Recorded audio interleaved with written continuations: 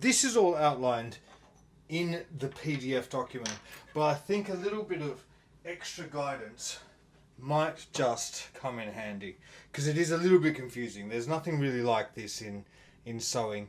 We don't see it that often, so we'll go through this and we'll clear all the queries up. What you have is the centre back neck, which is there. You can see my two pressed lines coming in to meet there beautifully. And where I've sewn from is 5 centimeters down, or 2 inches. You can see the marks there underneath the cotton. So, in order to prepare the centre back neck for the collar to pass around it, we're going to make some marks, and we're going to make some slashes as well. So first we come across. I'm going to center my ruler in the middle, and I'm going to come across 10 centimeters from there. So I'm just going to pull it down a little bit. Yeah, there we go. 10 centimeters. So there, and this is 4 inches if you're using imperial measurements, and there. And this is where we're going to slash to, so we're going to cut into these two parts there. But not yet. I'll tell you when. We come down to where it's opening. That is 5 centimeters or 2 inches, and this is centre back neck, by the way. I'll mark that there. It's all lined up with the creases, but I'll mark it there. So that is 2 inches, 5 centimeters down. And this is where the collar is going to pass. So here's our collar, all beautifully wrapped up, and I'll need to recrease that. Oh no, I won't. I've got my crease there, and the crease faces this way. So the collar is going to go from here around to here, and here it's then going to pass on down the garment like that. So this is the only curved seam in the entire garment.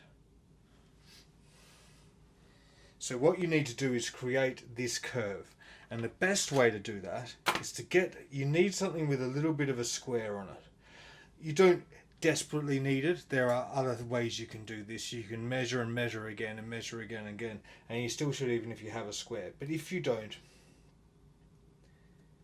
that's fine. So I'm going to put a mark there 5 centimeters down, so I'm matching this line here. I'm going to go here 5 centimeters or 2 inches down. And so that now has created a line that lines up exactly with this. And this is a great ruler because I can see straight lines on it. So if I come across here and mark the 2 inches down and 4 inches out. So you've got 2 inches down, 4 inches out, and you've made yourself a rectangle. This is within the box that the collar is going to pass. The best way to do this is to come in and draw a line for that box. Do you see the line, the box coming to life?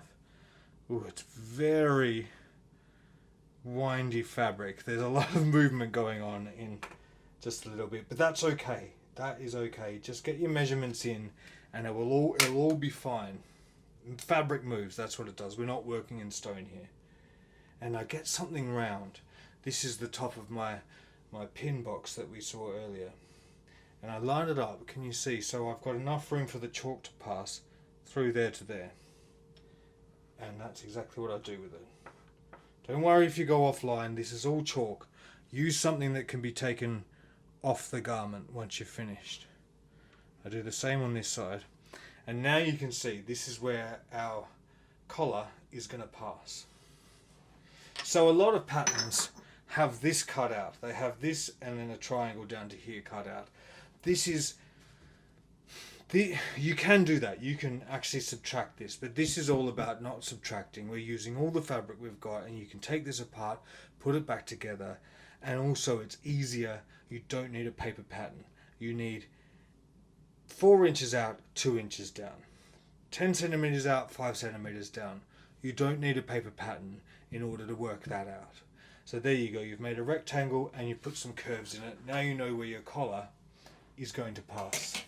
So we're going to cut, not yet, not until we've put on the front extensions, but we're going to slash across this line, but not yet. And of course we'll attach the front extensions. I've put this in before I put the front extensions on because the front extensions sit to about here and they tend to pull everything apart. You need to know where this is and how you're going to go across there.